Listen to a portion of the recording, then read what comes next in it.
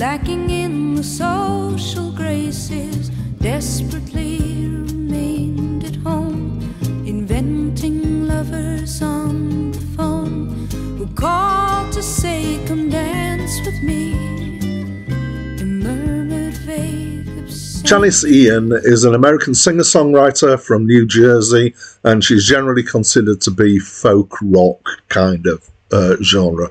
In 1965, at the age of 14, she wrote a song called Society's Child, which was released as a single, and then it didn't chart, but it was released as a single again, and it still didn't chart. And on the third release, it became her first hit single, after it was featured on a TV show hosted by Leonard Bernstein.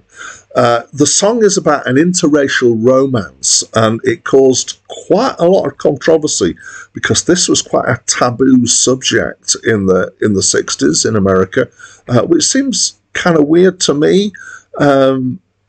Maybe there has been in the past a bit of a taboo against interracial relationships in Britain, but I don't think it was that strong. Anyway, maybe it's just because I wasn't kind of aware of things because I was like, 2 at that time. Anyway, roll on a bit. 1975, she released an album called Between the Lines and a single off the album called At 17, so both of these were major hits. She's been working pretty much constantly since then in some guise or other, and she has released 24 albums.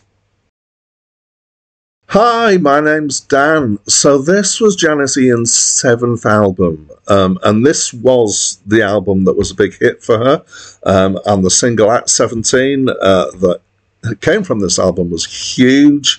I have come across that track in 70s compilations several times, but I never really kind of investigated her as a singer-songwriter. I've always really enjoyed that song.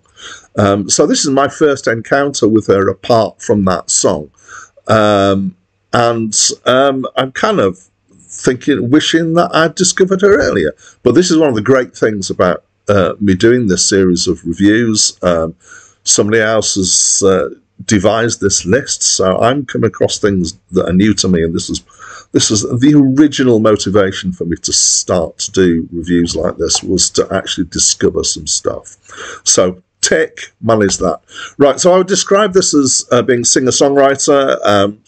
I've seen things describe it as folk, describe it as folk rock. I think for me, in the 70s, the singer-songwriter thing was that basically you felt like you had license to plunder all sorts of different styles and put them together on an album, because it was the focal point was of the person who'd written the songs and was singing the songs, and so you tended to get this stylistic variety on singer-songwriter albums, and I feel that this has got that variety. So it's got a mix of instruments going on here. There's acoustic guitar, there's piano, there's rhythm sections at times. There's some classical instruments coming in at various points as well.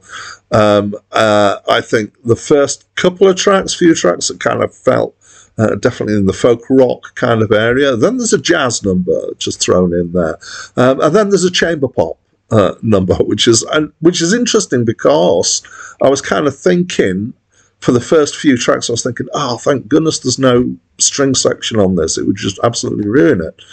And then when the chamber pop number came along, it was just handled so well that actually it didn't ruin it. And there was classical instruments in there and a really nice cello solo right at the end.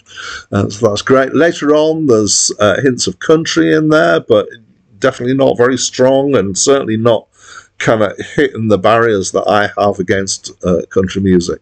The singing's really nice. She's got a great voice. It's a clear voice. She's got a good range. She's got nice expressions. She's able to kind of take on different personas for different songs and make it convincing through just singing in slightly different ways. She's got a really strong and accurate voice. She could have basically gone into musical theatre. It's the sort of voice that you'd expect from the likes of Barbra Streisand, etc., I would say, but possibly just a bit more expressive. But the thing that really gets me on this album is the songwriting, which is absolutely superb. I just love the songs. They're forever delighting me at different points. I listen through twice, as I normally do. The fact that I instantly remembered some of the songs the second time round and they made an impression first time is a really good indication that it's something that grabs hold of you and gets you. There's poignant moments, it's evocative, there's lots of things for people to connect with. Mostly it's about relationships. Some of it's very nicely observed. Some of it's about friendships. It's all about real life kind of stuff. And some of it's kind of semi-story like, so as if she's, I don't know how much of this is her personal experience. Some of this is probably about other people. But again, it's done in a very convincing way. So I would say it's really mature songwriting. It's thoughtful and it's expressive. I love this kind of songwriting. For me, I'm quite a fan of James Taylor, and for me, it ticks a lot of the same boxes as James Taylor's songs. Just singable, catchy, but still evocative, and great ideas and a lot of depth behind it. So music, tick. Voice, tick. Songs, tick, tick, tick, tick. I absolutely love this album. I'd love to know what you think as well, so please talk to me through the comments box. That's it from me for now. Bright lights and promises, a pocket full of dreams. That's what they paid me to be.